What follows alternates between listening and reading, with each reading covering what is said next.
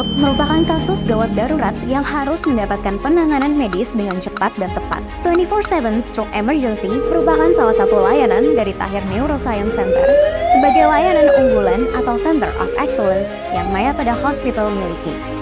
Tahir Neuroscience Center menjadi pusat layanan kesehatan terpadu khusus untuk menangani penyakit neurologis atau saraf, mulai dari deteksi, tindakan, hingga rehabilitasi medis. Stroke terjadi ketika aliran darah ke otak terganggu, baik karena sumbatan pembuluh darah otak atau terjadinya pecahnya pembuluh darah otak. Hal tersebut dapat menyebabkan otak mengalami kekurangan oksigen dan nutrisi dan berakibat pada kematian sel-sel otak. Karenanya, penanganan yang cepat dan tepat dapat meminimalisir tingkat kerusakan pada otak untuk menghindari kecacatan bahkan kematian.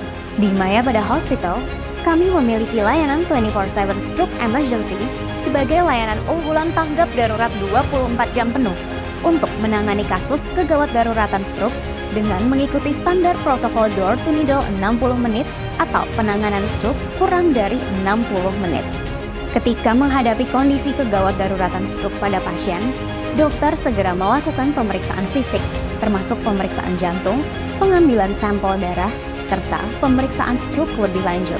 Pemeriksaan radiologi CT scan dan MRI selanjutnya dilakukan untuk mengetahui apakah stroke yang dialami pasien merupakan stroke sumbatan atau stroke pendarahan. Pasien stroke sumbatan atau stroke iskemik yang masih dalam rentang waktu golden period kurang dari 4,5 jam sejak terjadinya stroke dan memenuhi kriteria medis, dapat segera diberikan obat RTPA secara intravena untuk meluruskan gumpalan darah yang menyumbat pembuluh darah di otak. Apabila sumbatan terjadi di pembuluh darah otak yang besar dan pasien datang ke rumah sakit dalam waktu kurang dari 24 jam setelah terjadinya serangan, dapat kita lakukan prosedur trombektomi. Prosedur trombektomi ini adalah tindakan untuk mengambil sumbatan yang ada di pembuluh darah otak dan memastikan aliran darah otak kembali lancar.